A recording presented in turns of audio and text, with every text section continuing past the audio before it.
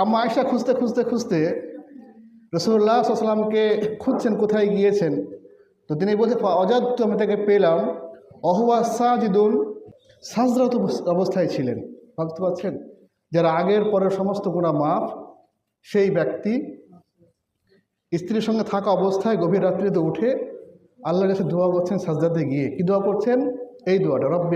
একটা দোয়া আমরা সকলে একটু পাঠ করি, রব্বি আতি নাফসি তাকওয়াহা ওয়া যাক্কাহা আনতা খায়রু মান যাক্কাহা আনতা ওয়ালিয়ুহা ওয়া মাওলাহা। আমি যে দোয়াটা পাঠ করালাম, এটা আমার খুব প্রিয় দোয়ার মধ্যে একটা। আম্মা আয়েশা রাদিয়াল্লাহু তাআলা আনহা বলছেন যে ফাকাদতু নবী সাল্লাল্লাহু আলাইহি ওয়াসাল্লাম যাতা লাইলাতিন, একদিন